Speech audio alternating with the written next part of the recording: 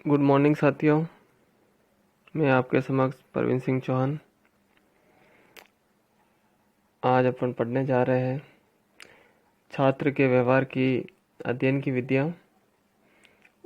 जो उसका व्यवहार है उसके अध्ययन अपन कैसे करते हैं आज वो पढ़ेंगे। और जैसे कि अपन कोई भी काम करते हैं, जैसे अनुक्रिया है जो मानव का व्यवहार है, और अपने ही अधिगम में जाना ही है जो कार्य है, फंक्शन, वो काम है क्या, और उत्तेजना उस कार्य को देखकर अपने अंदर क्या बदलाव आया, जो उद्दीपक मिला वही अपन पढ़ा था। और आज अपन पढ़ेंगे छात्र के व्यवहार के अध्ययन की विधियाँ। पहले अपन बात कर सक की थी कि मनोविज्ञान वह विज्ञान है जो मानव तथा पशुओं व्यवहार का अध्ययन करता है। और मूल समीकरण आपको पता ही, R बराबर एफ एस ओ। ठीक है, ये मूल समीकरण है। जो मानव व्यवहार, जब भी कोई मानव व्यवहार तब पैदा होता है जब उद्दीपक और जीव मिलकर क्रिया करता है, तो अपना मानव व्यवहार होता है। यह उद्दीपक आंतरिक भी हो सकता है और व्यवहारिक भी, वह बाह्य व्यवहार भी हो सकता है। और किसी भी छात्र में अगर आंतरिक व्यवहार उत्तेजना से चलता है, वह बालक आगे बढ़ता है और उसके व्यवहार में परिवर्तन करना आसान होता है। जो किसी भी क्रिया को सीखने के लिए बालक आंतरिक अभिप्रेरणा है, अपने अंदर से सीखने की उसमें सक्रिय या सीखने की ललक है, तो वह ज़्यादा सीखेगा। ठीक है, तो अपनी कुछ विद्या है, उस विधियों पर अपन चर्चा करेंगे। जो पहली विधि है ऑब्जर्वेशन, निरीक्षण विधि कहते हैं इसको, अवलोकन विधि कहते हैं। जैसे अवलोकन यानी किसी की भी देख कर अपन जो अवलोकन करते हैं या ऑब्जर्व, कोई भी ऑब्जर्व करते हैं उसके बारे में। तो जैसे अवलोकन होता है, जो इस विधि में छात्र के व्यवहार को देखकर अध्ययन किया जाता है। किसी भी अपने सामने है, समक्ष बैठा हुआ है, उसका जो भी अपन क्रिया कर रहा है व्यवहार देखकर अपन अध्ययन करते हैं। ठीक है, तो ये अवलोकन अपन दो प्रकार से कर सकते हैं। एक तो असहभाग्य, कौन सा, असहभाग्य और सहभाग्य। तो सहभाग्य का क्या अर्थ है कि जैसे भी जब कोई भी व्यक्ति हुआ दूर खड़े होकर, या कोई शिक्षक दूर खड़े होकर जो अपने छात्र है व्यवहार का अध्ययन करे, तब इसे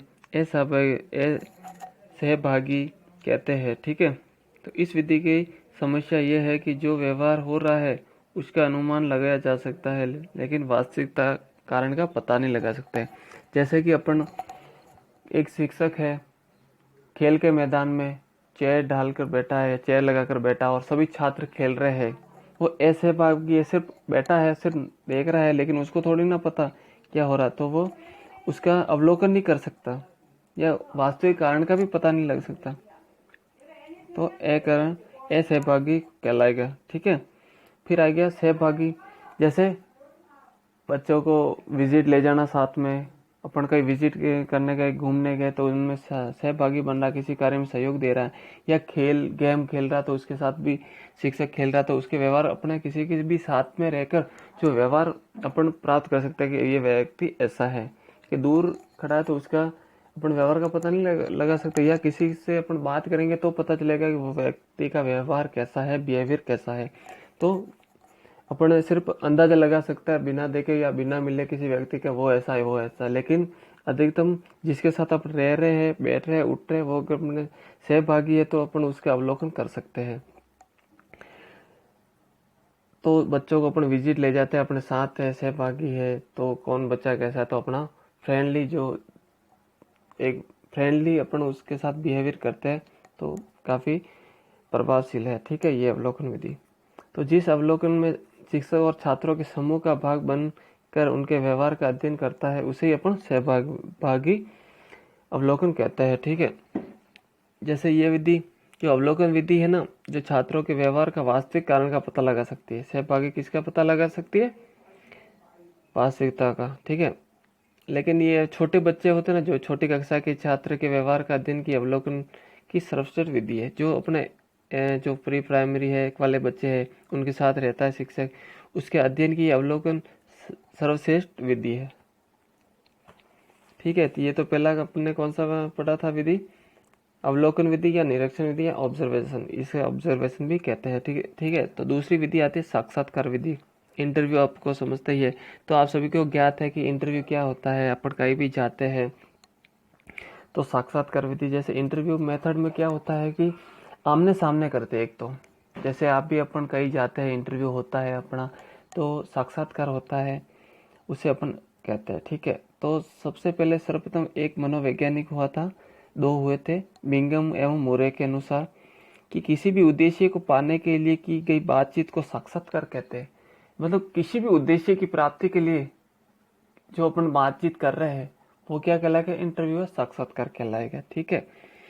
तो जो अपन इंटरव्यू लेते हैं वो उनके 3 प्रकार है या 3 विधियां हैं, और अपनी रटी रटाई तो आपको पता ही है परिभाषा, लेकिन ये बिंगम या मोरे ने दी थी। भाई किसी भी उद्देश्य की प्राप्ति के लिए अपन जो बातचीत करते हैं या चर्चा करते हैं या वाद विवाद करते हैं ना, उसको अपन साक्षात्कार कहते हैं। और साक्षात्कार ये नहीं है कि अपन आमने सामने बैठ रहे तो ही उसका पता चलेगा, लेकिन ये नहीं है कि अपन फोन से बात कर रहे तो वो नहीं होता, वो अलग में आ जाएगा। ठीक है। तो साक्षात्कार अपन किस तरह से लेंगे उसका अपन मैं बताऊंगा आपको। जैसे कि पहला है संरचित विधि। कौन सा है, ये 3 प्रकार से लेते हैं अपन। पहला है संरचित विधि, असंरचित विधि और अर्ध संरचित विधि। ठीक है। तो पहला अपना संरचित विधि में क्या होता है, जिस साक्षात्कार में जैसे कि पूछे जाने वाले प्रश्न वो पहले से ही निर्धारित किए गए या कर लिए जाए तो संरचित कहते हैं। जैसे कोई भी शिक्षक है या कोई अपना इंटरव्यू लेने वाला है, वो पहले से ही निर्धारित कर दे कि इतने प्रश्न है या पूछने हैं, तो उसे अपन संरचित विधि कहते हैं। ठीक है। जो पहले से तय हो। इसका सबसे बड़ा लाभ ये है कि इसमें वस्तुनिष्ठ बनी रहती है, या वस्तुनिष्ठ का अर्थ सबके लिए समान होना, अर्थात पक्षपात नहीं होना। ठीक है। पक्षपात यानी वो छात्र अच्छा है, ये छात्र अच्छा है, तो भेदभाव नहीं हो, उसकी क्षमता के अनुसार ही वो नंबर लेके आएगा। ठीक है। तो ये वस्तुनिष्ठता इसमें बनी रहती है। ठीक है।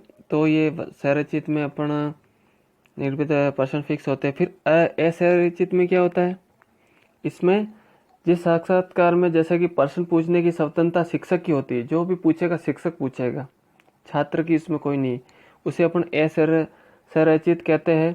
इस साक्षात्कार का सबसे बड़ा लाभ यह है कि अगर छात्र पूछे गए प्रश्न का उत्तर ना देना चाहे तब भी अप्रत्यक्ष अर्थात घुमा फिरा कर प्रश्न पूछा जा सकता है और उस व्यक्ति का वास्तविकता का पता लगाया जा सकता है। इसीलिए इसे साक्षात्कार की गहराई साक्षात्कार भी कहते हैं।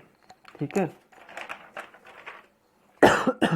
तो जैसे कि एक मैं आपको साथ बात करना चाहूँगा, मैं क्या दिल्ली गया था इंटरव्यू के लिए, जहाँ स्पेशल टीचर हूँ मैं हियरिंग इम्पेयरमेंट का, तो वहाँ मेरा इंटरव्यू हुआ था, जो अपने वे अंकुर वेलफेयर सोसाइटी के थ्रू हुआ था। तो मैं गया था लगभग 6 मंथ पहले। तो हमारा इंटरव्यू ले रहे थे, एक तो वो जो मेन होता है आईपीएस थी एक मैम, और पूरा एक जो साइन लैंग्वेज वाला था, और एक स्पेशल एजुकेटर जो पूरा दिल्ली का मेन था। 3-4 जने बैठे थे।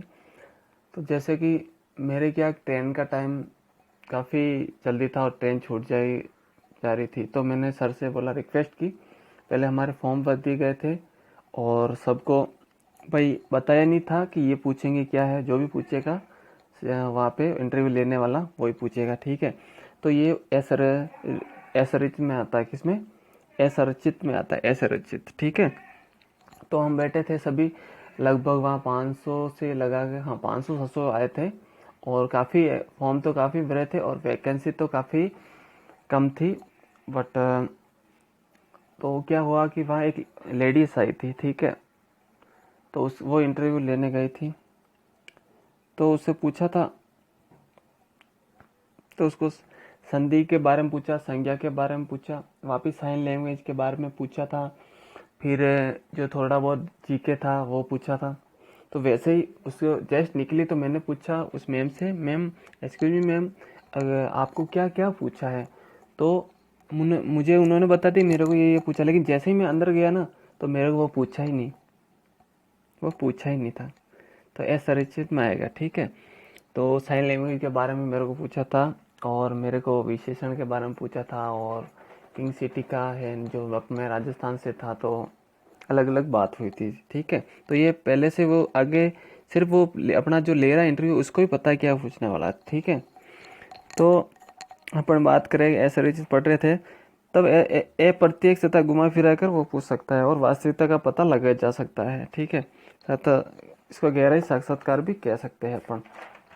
तो एक जो मेरे सर ने जो जब मैं था कॉलेज में, तो एक सर ने बात बताई कि ये उस टाइम ट्रेनिंग में पढ़ा था मैंने ये साक्षात्कार इंटरव्यू। उसमें क्या हुआ कि एसआई की भर्ती निकली हुई थी पुलिस की।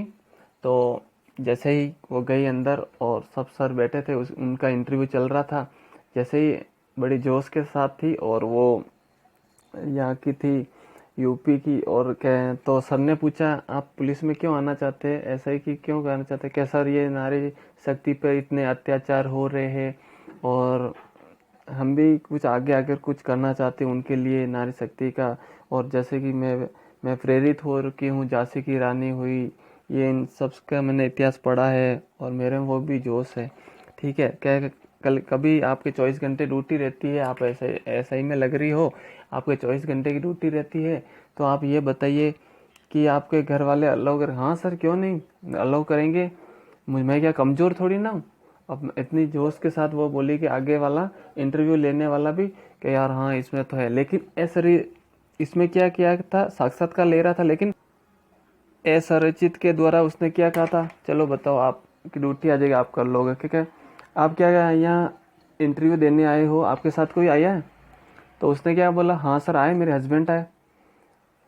क्या वो भी इंटरव्यू देने आए? कि नहीं सर। क्यों? क्या आप भी सर क्या बात करते हो, मैं एक लेडीज हूँ और नाइट में कैसे सफ़र करूँ। उसी के मुंह से निकल गया, मतलब जो भी उसका पूछा हुआ था वो सब गलत बता रही थी। उसने कहा अकेली हूँ मैं, लेडीज रहेगी और मैं मेरे हस्बैंड को साथ में नहीं लाऊं तो क्या होगी।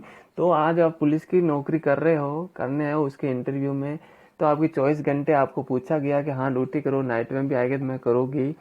और जैसे यूपी जैसे इलाकों में आपका अगर पोस्टिंग दी जाए तो भी आप करोगे। वहाँ से आने में आप जुनून से यहाँ इंटरव्यू देने आए हो, तो अकेले नहीं आ सकते, आप क्या करोगे। तो उसमें असंरचित द्वारा उस एग्जामिनर ने घुमा फिरा कर उसकी वास्तविकता का पता लगा दिया, ये ऐसा है। फिर अर्ध संरचित, अब हम तीसरा पढ़ रहे हैं अर्ध संरचित। अर्ध संरचित साक्षात्कार में पूछे जाने वाले क्षेत्र का निर्धारित कर दिया जाता है। जैसे कि क्षेत्र दे दिया जाता है, कुछ टॉपिक दे दिए जाते हैं, 4-5 टॉपिक छात्रों को कि आपको ये पढ़ के आना और इनमें से ही पूछेंगे, तो क्षेत्र निर्धारित अर्ध संरचित में कर लेते हैं, ठीक है। और उनमें से ही शिक्षक स्वतंत्र रहता है और पूछता है।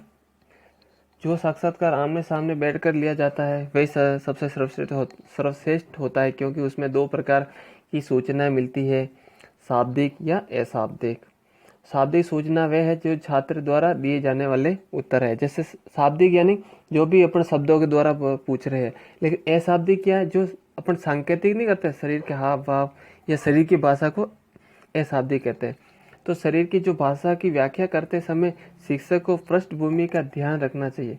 पृष्ठभूमि यानी फीडबैक का ध्यान रखना चाहिए, क्योंकि इसमें क्या होता है, शरीर की भाषा एक अवस्था में एक स्थान पर रखती है, वही भाषा दूसरी अवस्था में अलग अलग अर्थ निकालती है, ठीक है। तो इसको शाब्दिक का ही ले, अशाब्दिक पे इसका जोर नहीं दे, ठीक है।